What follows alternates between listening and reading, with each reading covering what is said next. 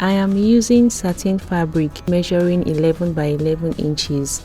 Cut 4 square pieces, 2 for the outer part and 2 for the lining. With the outer pieces, fold it in half and curve the bottom corners as shown.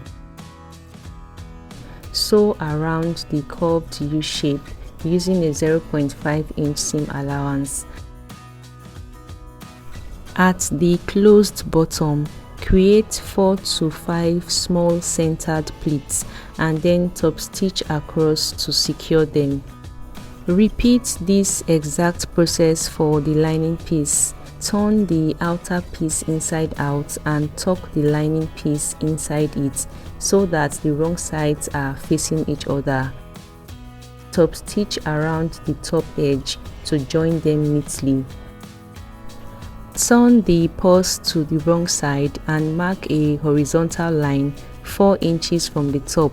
This will serve as your guideline for folding. Fold the top edge by 0.5 inch, then fold again to meet the 4-inch line, creating a casing.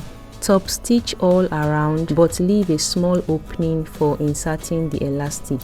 Just above that casing, mark and sew a 0.5 inch wide channel to insert your elastic. The elastic should be 8 inches long.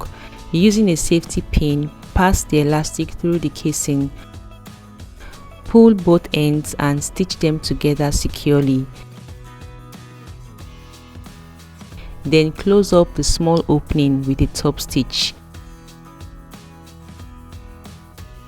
For the handle, thread a hand needle and start from one side on the wrong side of the purse. Begin stringing your pearls. You will need about 25 pearls in total. Pass the needle through to the other side. Pull the thread to tighten. Knot it securely and hide the knots inside the seam. And that's it. Your elegant drawstring purse is ready. Thank you for watching. See you in my next one. Bye.